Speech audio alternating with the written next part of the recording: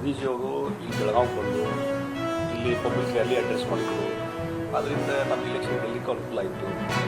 ಅದಕ್ಕೆ ಅವ್ರಿಗೊಂದು ಅಭಿನಂದನೆ ಹೇಳೋ ಸಲುವಾಗಿ ಒಂದು ಟೈಮ್ ಕೇಳಿದ್ದೆ ನಾನು. ನೀನೇ ಕೊಟ್ಟರು ಟೈಮು. ಬೆಳಿಗ್ಗೆ ಹೋಗಿದ್ದೆ ನಾನು. ಹೋಗಿ ಅವ್ರಿಗೆ ಅಭಿನಂದನೆ ಸಲ್ಲಿಸಿ ಗೌರವ ಕೊಟ್ಟು ಥ್ಯಾಂಕ್ಸ್ ಹೇಳಿ ಬಂದೆ. ಮತ್ತು ಅವರ ಆಶೀರ್ವಾದ ಮತ್ತು ಮಾರ್ಗದರ್ಶನ ಯಾವಾಗಲೂ ಇರಬೇಕು.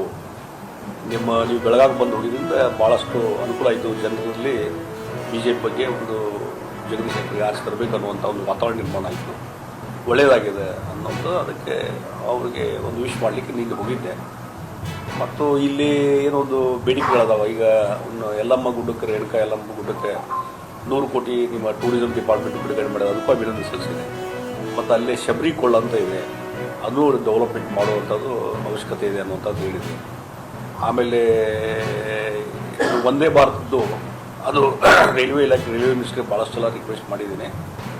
ಬೇರೆ ಬೇರೆ ಕಾಣಿಸುವಾಗಿ ಅದು ಹೆಲ್ಡಪ್ ಆಗ್ತಾ ಇದೆ. ಆ ಹಿನ್ನೆಲೆಯಲ್ಲಿ ನೀವೇ ಸ್ವಲ್ಪ ಇಂಟರ್ವ್ಯೂನ್ ಆಗಿಬಿಟ್ಟಿದ್ದಾರೆ. ಸುಮ್ಮನೆ ಟೆಕ್ನಿಕಲ್ ರೀಸನ್ಸ್ ಅಂತೇಳಿ ಹಾಗೆ ಮುಂದೆ ಹೊತ್ಕೊಂಡು ಕೂತಿದ್ದಾರೆ.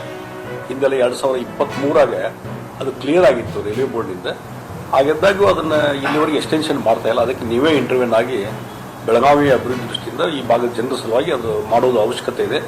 ಅದಕ್ಕನ್ನು ಎಕ್ಸ್ಟೆನ್ಷನ್ ಮಾಡಲಿಕ್ಕೆ ನೀವೇ ಇನ್ಸ್ಟ್ರಕ್ಷನ್ ಕೊಡಿ ಅಂತ ಹೇಳಿ ಅವ್ರಿಗೆ ಒಂದು ರಿಟರ್ನ್ ಅವ್ರನ್ನ ಬಂದಿದ್ದೂ ಕೊಟ್ಟಿದ್ದೀನಿ, ಲಿಖಿತವಾಗಿ ಮನವಿನೂ ಕೊಟ್ಟಿದ್ದೇನೆ. ಇವತ್ತು CT ರವಿ ಅವ್ರನ್ನ ಒಂದು ಟಾರ್ಗೆಟ್ ಇಟ್ಟು ಇವತ್ತು ಅವ್ರನ್ನ ಮುಗಿಸ್ಬೇಕು ಅನ್ನುವಂಥ ಒಂದು ಹುನ್ನಾರ ನಡೀತಾ ಇದೆ, ಒಂದು ಷಡ್ಯಂತ್ರ ನಡೀತಾ ಇದೆ.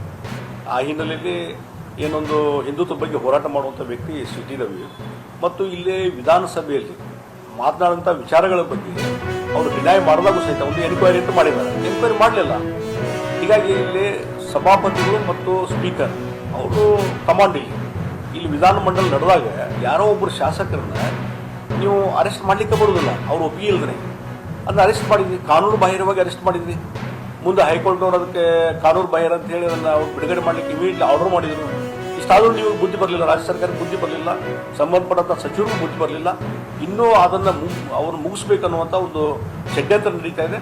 ಇವತ್ತು ಇದು ಈ ರೀತಿ ಓಪನ್ ಆಗಿ ಒಬ್ಬರು ಲೆಟರ್ ಬರೀತಾರಂತಂದರೆ ಥ್ರೆಟ್ ಕೊಟ್ಟು ಇಲ್ಲೇ ಫೋನ್ ಮಾಡಿ ಹೇಳೋದು ಬೇರೆ, ಅದು ಒಂದು ಓಪನ್ ಆಗಿ ಲೆಟರ್ ಬರ್ತದಂದರೆ ಇವತ್ತು ರಾಜ್ಯದಲ್ಲಿ ಯಾವ ರೀತಿ ಅರಾಜಕತೆ ಇದೆಯೋ ನೀವು ಅರ್ಥ ಮಾಡ್ಕೊಳ್ಳಿ.